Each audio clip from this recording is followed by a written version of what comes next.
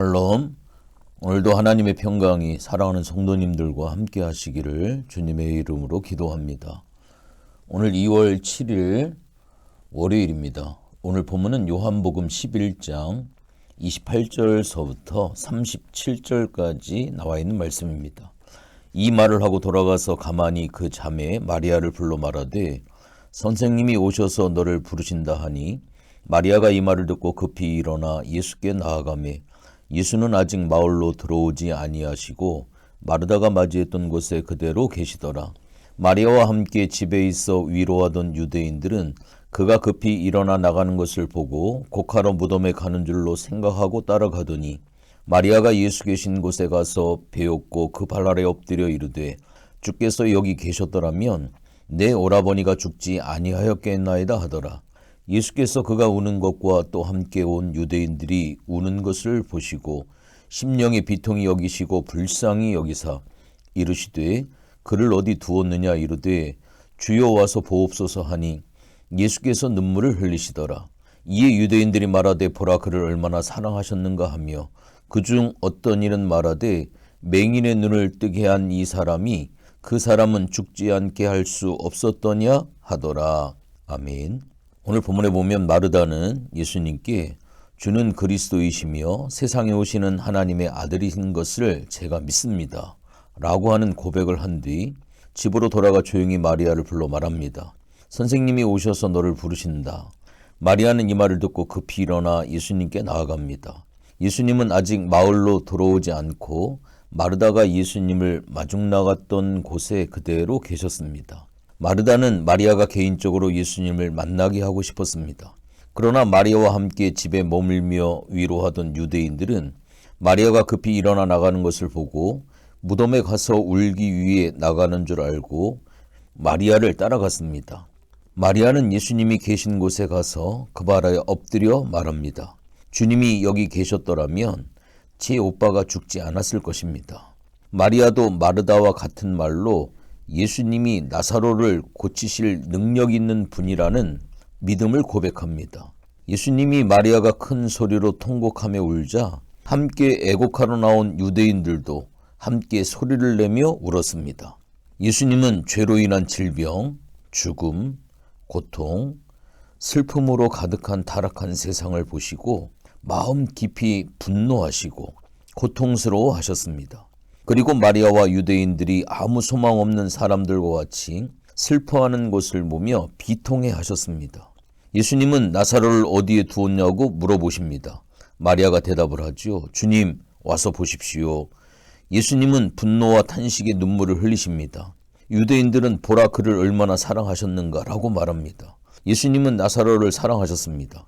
그러나 곧 나사로를 살리실 예수님은 나사로의 죽음으로 인해 절망과 슬픔의 눈물을 흘리신 것이 아니었습니다. 타락한 세상의 죄와 죽음, 사람들의 불신앙으로 인해 흘리신 눈물이었습니다.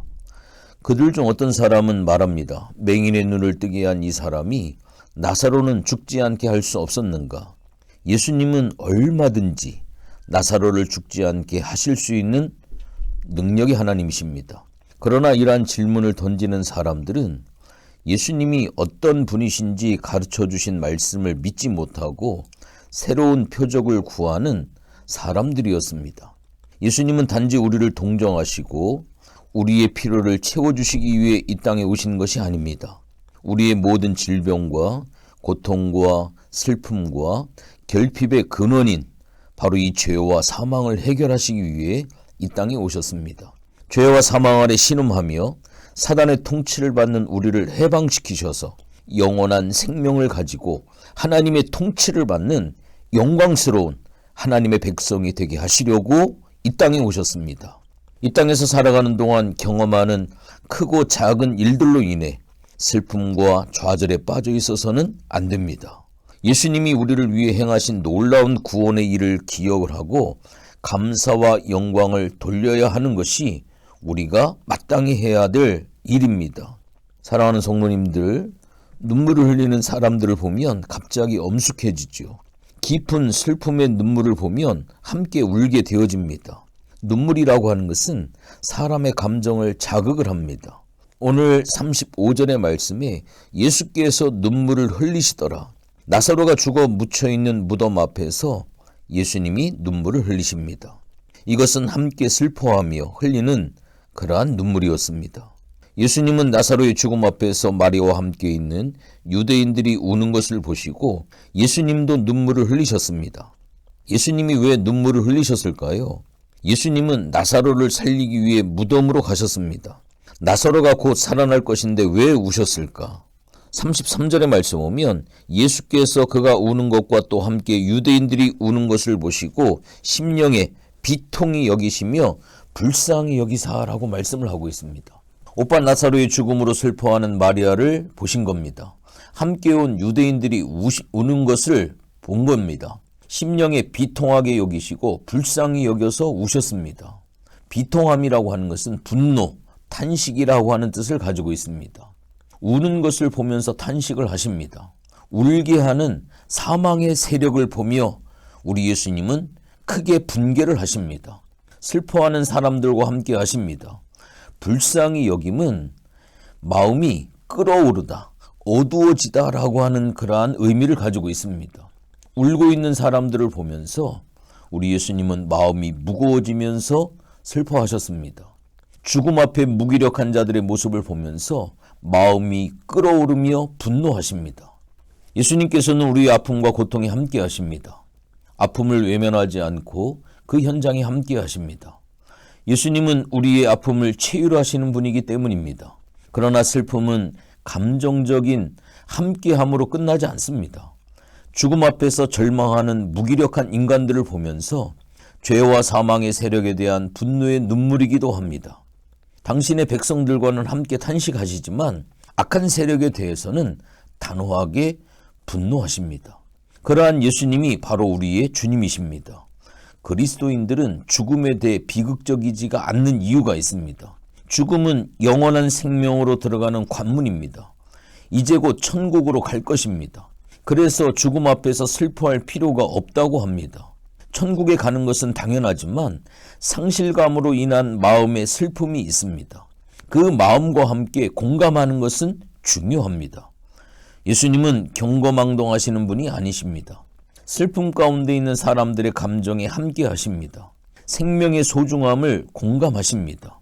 예수님은 사단이 인간을 죄의 종으로 일생 부리다가 그 대가로 사망을 주는 것에 대해서 우리 주님은 분개하십니다. 예수님은 죄와 사망의 종로로 타는 자들을 구원하기 위해 오신 것입니다. 나사로의 죽음 앞에서 예수님이 눈물을 흘리십니다. 사랑하는 자의 슬픔에 함께 하십니다. 사망의 세력의 횡포에 분개하십니다. 이러한 예수님의 눈물은 그리스도인들에게 큰 힘이 됩니다. 내 마음의 아픔과 슬픔에 공감하십니다. 죄 앞에 무력해지는 나를 보면서 분개하십니다. 나의 아픔과 슬픔에 공감하시는 주님을 보게 됩니다. 죄 앞에 무기력한 나를 불쌍히 여기시며 분개하시는 주님을 바라볼 수 있습니다. 이것이 내 인생의 여정을 중도에 포기하지 아니하고 끝까지 완주하게 하는 능력이요 힘인 것을 우리 주님은 알기를 원하십니다. 이 주님의 이 은혜, 주님의 이 마음으로 오늘도 승리하시는 여러분들이 꼭 되어주시기를 주님의 이름으로 부탁을 드립니다. 하나님 고맙고 감사를 드립니다.